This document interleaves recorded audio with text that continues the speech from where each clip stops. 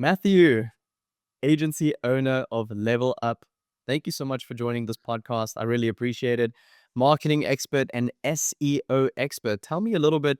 We have already had a conversation, but how long have you been in this marketing world and how long have you been an SEO expert for? So I've been doing SEO for about 5 years now. Um, I moved into the marketing world around that time as well. Um, I started off with UX design and then decided to go into marketing to market my brand, basically. Yeah. Amazing. And today we're going to just talk a little bit about client success, SEO strategies mostly, and just tools that people can use to actually get results in their SEO. So let me just start with a little bit of SEO strategy. What is one of the most outdated SEO tactics, seeing as you've been in this game for over 5 years? What is one of the most outdated SEO tactics that you've seen agencies using today? So one of the most outdated strategies I still see agencies doing today, and something I would still occasionally do, but Google finds out one way or another, is something called keyword stuffing. Let's say you are trying to rank for a specific keyword on Google. In the past, let's say a couple of years ago, if your keyword appeared multiple times on a page, whether that be in the title or in the body, people would stuck these keywords in. And sometimes to the detriment of the content, it would look very unnatural. Yeah. So that used to be helpful. Some people would, for example, if you are a, let's say, landscaping company and you are trying to rank first for landscaping services in Cape Town, people would include that keyword landscaping services in Cape Town 20 to 30 times on one website page to rank. And that used to be a good tactic. It's Google has caught up now, and with the updates, it's not sustainable anymore, Yeah. and it's very updated. Yeah, definitely. Keyword. Another another one that a lot of people that I personally know still use is they would go on Fiverr or Upwork and they would purchase cheap backlinks. Oh man. So backlinks are yeah, so backlinks basically they would get backlinks from websites with higher authority, but some of them are not sustainable websites. Some of them are very spammy and not related to their websites as well. So you would get a backlink for a sports magazine for your landscaping business, and it will make no sense whatsoever. In the past, people used to do that for quick gains, but that doesn't work anymore. Now it's detrimental to your own website success. Definitely. So I've noticed that a lot. Yeah, and with keyword stuffing and buying all these backlinks, it's not like it's not going to help increase your SEO. It's actually going to decrease it. So it's actually very bad. But how has your approach to SEO changed in the last 5 years? So it's changed a lot. I used to, when I started out, I used to build quick websites for businesses, and I would focus mainly on ranking a landing page. And there are specific strategies for that. And that used to be me. I used to go on, talk to businesses, rank landing pages, and move on. But now, what I do with SEO specifically is I have clients and we focus on a strategy to rank their whole website over time. It's now more of a long term game for them where we are talking about big websites of 30, 40, 50 page websites, Wow. which includes different strategies such as content, where we write articles, such as landing pages, targeting different keywords. And that sort of strategy is a more of a long-term gain, and that is what I'm focusing on now compared to what I used to focus on, where ranking landing pages used to be. Yeah. Yeah, and for the people out there, we recently spoke about, rank and rent websites. For the people out there who don't know what is rank and rent websites, please elaborate on that. So a rank and rank website basically is, if you are your own person, let's say you are a freelancer agency, you would build out fake websites of businesses that don't necessarily exist, and you would rank them on the first page of Google. So one of my best examples is I I built a website out for emergency dentists in Cape Town, and that dental practice technically doesn't exist. But what I've done is, I, instead of selling that website to a dental firm, I am rather renting it out. So what a dental practice will do is they would pay me money in order for their number and their contact details to be put on the website or on the form on the website. And basically all the traffic that goes to that site will now sort of funnel through to that dental practice. And then the good thing about that is, at the end of the day, you own it. So if that dental practice stops paying you, or they don't want to use that service anymore, you can still utilize that website and reach out to another practice. And that is a common strategy a lot of agencies use these days. And that dental website currently gets around 30 to 40 calls a month. So Yeah, it that's is like awesome. very, very, it's a lucrative business. Definitely. And it's so interesting, Matthew. Like, tell us, give us the secret sauce, the golden nuggets. Everyone wants to rank at that number one spot. I mean, everyone wants to just rank on the first page of Google, and especially in 2025, it's so difficult. What would you say is like the key elements or key strategies to actually rank on the number one spot or in that first page? Because I know it can take months, years, but what is some secret sauce or strategies that you can give us? That is a mystery on its own, because um over time I used to like follow specific strategies from other SEO experts that I thought Google used, right? Um Turns out Google doesn't actually use specific terminologies or strategies to run content. Now it's just help content. And one thing that helps me a lot is, if I am writing content that serves a purpose, that educates, that helps the user, and is informative, it tends to rank higher. Um, One thing I've noticed is, if I'm ranking up a website on the first page of Google, whether it's either third, fourth, or fifth, trying to get to the top two spots is much more difficult. And usually the companies that are in the top two spots are mainly in the top two spots.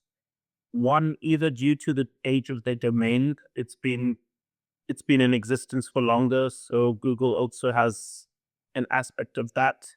It's not just on emails where the domain age is more trustworthy, but also if they had guest posts and backlinks that are relative to their industry. So another example for a dental practice is, if there's an aesthetics magazine or a dental council, and if you manage to get a guest post on that for your website, it boosts your website massively because it is relative to that actual business. Yeah. And I think those type of strategies to rank are extremely expensive compared to other strategies. But if you're really looking to get to the top two spots of keywords that have a lot of traffic and have high difficulty to rank, then those are strategies to use. Interesting. Other elements would be always to have all your images optimized. Make sure your website's loading fast. Make sure it's easy to go through, because these days people's attention spans are very low. So if someone goes on a site and they click back in 3 seconds, it does have a sort of detrimental impact to a website. But the biggest strategy I would use to rank first or second is if you are using email tools that um, to look at keywords. If you can find keywords that have low difficulty scores to rank, so that would, in that regard, would be you can get similar keywords or variations of keywords that aren't very much in demand. Yeah. So if we look at dentists, the dentist example would be I used emergency dentist Cape Town instead of emergency dentists in Cape Town, etc. And certain variations are much easier to rank than other variations because there are specific ways to do that. Definitely. And yes, that's the yeah. Definitely. And what tools would you say is um, a deal breaker? What tools out there actually work to help increase and boost your SEO? So the tool I use specifically for SEO is SEMrush. SEMrush is an SEO tool where you can track sort of the health of your website, your traffic. You can do keyword research. You can compare your website to competitors and see what keywords they rank for. And you can see how they rank for keywords. You can have a look at the backlinks they have. If they have broken backlinks, you could reach out to the businesses that offer those backlinks and you can ask them if you can have a backlink. Those sort of strategies are good. Use SEMrush. There are other SEO tools. There's one called Moz, which is very good. And I forgot the other one's name, but there's three main SEO tools that are coming very handy. Is it Also, if you are like started Ahrefs, yes, sorry, it's Ahrefs, Moz, and SEMrush, yes. And then if you are starting out with SEO and let's say you don't have money, you could do certain tactics, such as Google Keyword Planner that is meant for Google Ads, but it does show traffic to specific keywords, and you could sort of implement that with SEO. Nice? And then, of course, Google Search Console is very, very important. It'll break down which pages are indexed on your website. You can add a sitemap to it, which will help Google read your website much better and understand your website much better. So that when you release new content or are added things to your pages, Google will keep on crawling them in a much better manner, faster manner, and not be as confused. Yes, of course. Amazing. And as a newbie, so to say, for me in SEO, what would you say is the three SEO metrics? If you could only measure three SEO metrics, what would that be and why? The three SEO metrics I would follow definitely is page speed, number one. Your website needs to be optimized and loading very fast, especially for mobile.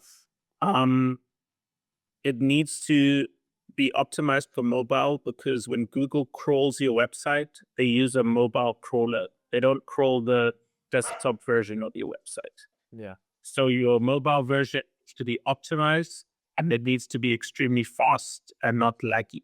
Yeah. Another another tool I would use definitely is you would need to monitor how specific pages are ranking on Google. And after Google specifically indexes websites first, I would always look at our website is performing weekly. Um, Always look at specific pages, and it can tell you specifically if it's not moving up or down. You can spot what problems there are early on. I know a lot of people would build a website and they would leak the page and not make any changes to it forever. And some SEO agencies do the same. They would leave a page, even if it's not ranking or there are errors, it will not make changes to it. And that is a trick I always follow. It is always good to analyze things, track things, and make sure things are running smoothly. Yeah. Also, keeping track of if you are labeling your images, labeling your pages, making sure your websites, especially your pages, have a hierarchy, making sure you have your H1, H2s, body, everything listed properly. Make sure everything is listed. Yeah, those are metrics I would use. Yeah, very intricate when it comes to SEO. And do you believe certain niches are easier or harder to rank for?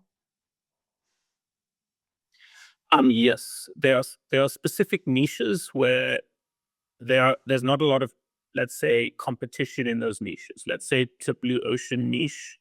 There are not a lot of companies in that niche vying for top spot on specific keywords.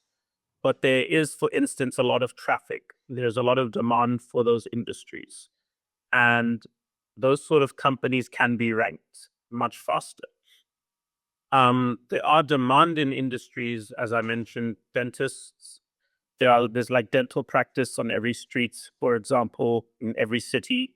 It's extremely hard to rank for a dental practice unless you are targeting specific keywords. Yeah.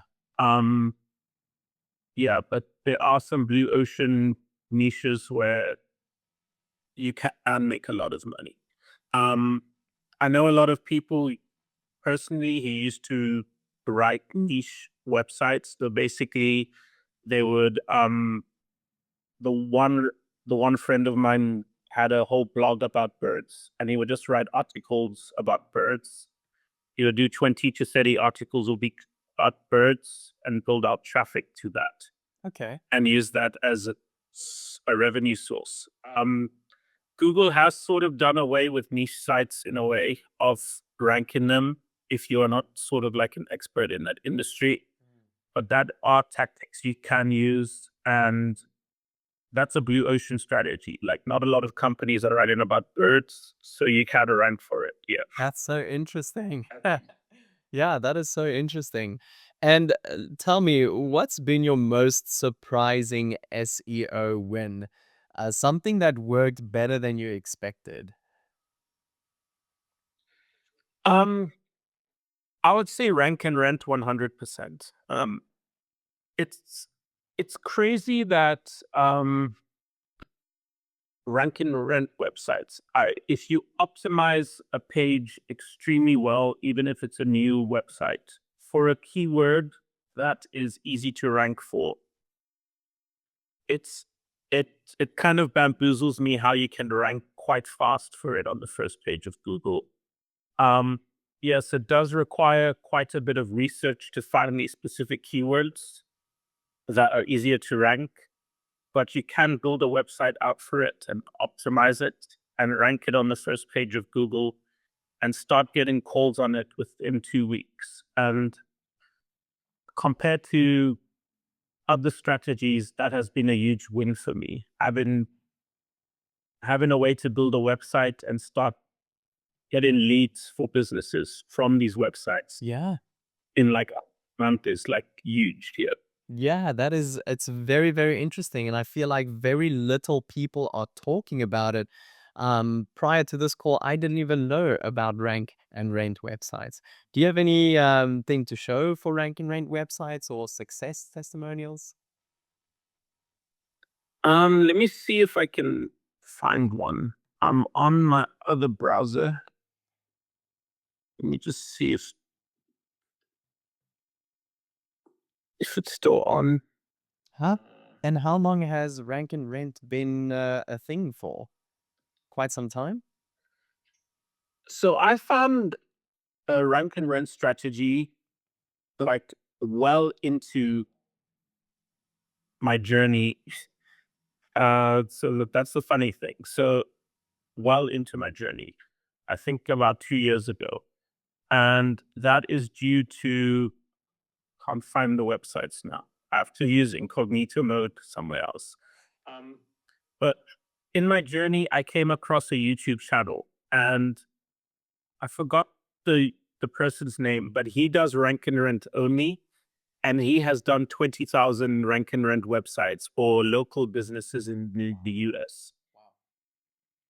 And basically, he works with local businesses such as landscapers, roofers, HVAC, but he targets the ones that aren't big, and he would charge them $200 to $300 per website to rent out websites to them.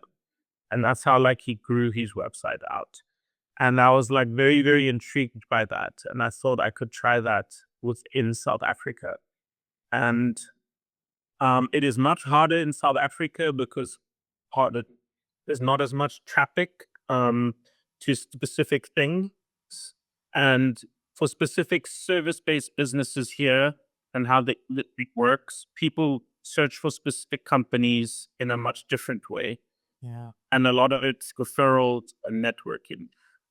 But through the dental website, it can be proven that rank and rent does work. Yeah.